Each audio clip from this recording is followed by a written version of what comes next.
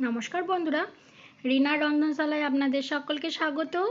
আজ আমি আপনাদেরকে পাকা আম দিয়ে দারুণ টেস্টি আর নরম তুলতুলে আমের কেক বানিয়ে দেখাবো। খেতে কিন্তু ভীষণই ভালো লাগে আর বানানোও কিন্তু ভীষণ সোজা। তাহলে চলুন দেখে নিন রেসিপিটা আমি কিভাবে তৈরি করি। দেখুন, তার জন্য এখানে আমি একটা পাকা আম নিয়ে নিয়েছি। এবার আমটার খোসাটা ছাড়িয়ে আমটাকে আমি ছোটো ছোটো টুকরো করে কেটে নেব।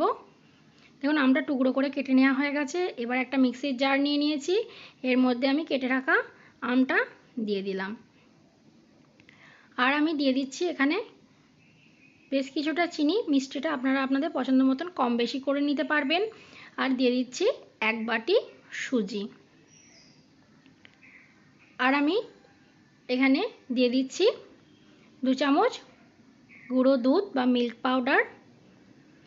দিয়ে দিচ্ছি সামান্য একটু নুন স্বাদের ব্যালেন্সের জন্য।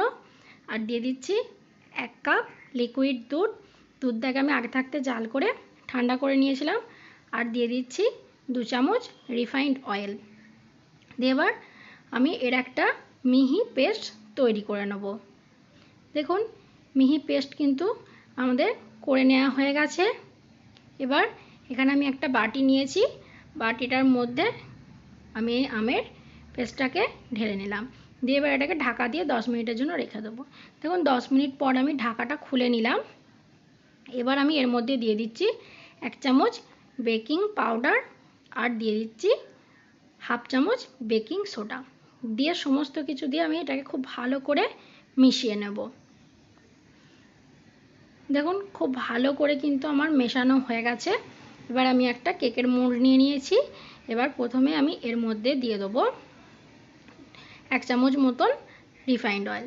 দিয়ে এটা হাতের সাহায্যে খুব ভালো করে এই মোল্ডটার মধ্যে আমি লাগিয়ে নেব। দেখুন, চারিধারে কিন্তু খুব ভালো করে লাগিয়ে নিয়েছি। এবার এখানে আমি একটা সাদা কাগজ এই মোল্ডার শেপে কেটে নিয়েছি, দিয়ে সেইটাকে দিয়ে দিলাম। দিয়ে আবারও ওপর থেকে 1/2 চামচ মতন তেল আমি খুব ভালো করে মাখিয়ে নিয়েছি। এবার যে ব্যাটারটা আমি করে রেখেছিলাম সেই ব্যাটারটা এর মধ্যে আমি ঢেলে দিচ্ছি। দেখুন, ব্যাটারটা দেওয়া হয়ে গেছে। এবার এর মধ্যে যাতে কোনো এয়ার বাবলস না থাকে তার জন্য একটু ট্যাপ ট্যাপ করে দিলাম। আর আগে থাকতে একটা কড়াইয়ের মধ্যে আমি স্ট্যান্ড দিয়ে গরম হতে দিয়ে দিয়েছিলাম। এটা কিন্তু খুব ভালোভাবে গরম হয়ে গেছে, মিনিট 5 আগে দিয়েছিলাম। এবার কেকের মোল্ডটাকে আমি এর মধ্যে বসিয়ে দিয়ে এবার এটাকে ঢাকা দিয়ে দিলাম। আর গ্যাসের ফ্লেমটা একদম লোয়ে করে দিয়ে রেখে দেব। দেখুন, মোটামুটি 40 মিনিট পর আমি এটাকে খুলে নিচ্ছি। এবার একটু চেক করে নেব যে কেকটা ঠিকঠাক হয়েছে নাকি। এখন তার জন্য একটা এইভাবে চামচের হাতলটা আমি দিয়ে দেখিয়ে দিলাম। দেখুন, পুরো পরিষ্কার এসেছে, তার মানে কেকটা কিন্তু খুব ভালোভাবে ভেতর পর্যন্ত কুক হয়ে গেছে। এবার এটাকে আমি নামিয়ে ঠান্ডা করে নেব। দেখুন, বেশ কিছুক্ষণ আমি এটাকে নামিয়ে রেখেছিলাম, এটা একদম ঠান্ডা হয়ে গেছে। এবার এটাকে আমি মোল্ড থেকে বার করে নেব। তার জন্য প্রথমেই দেখুন একটা ছুরি নিয়ে চারিধারটা এইভাবে একটু করে ছাড়িয়ে দিচ্ছি। আর এটা কিন্তু খুব ভালোভাবে ছেড়েও যাবে। দেখুন, ছুরি দিয়ে খুব ভালোভাবে ছাড়িয়ে নিয়েছি।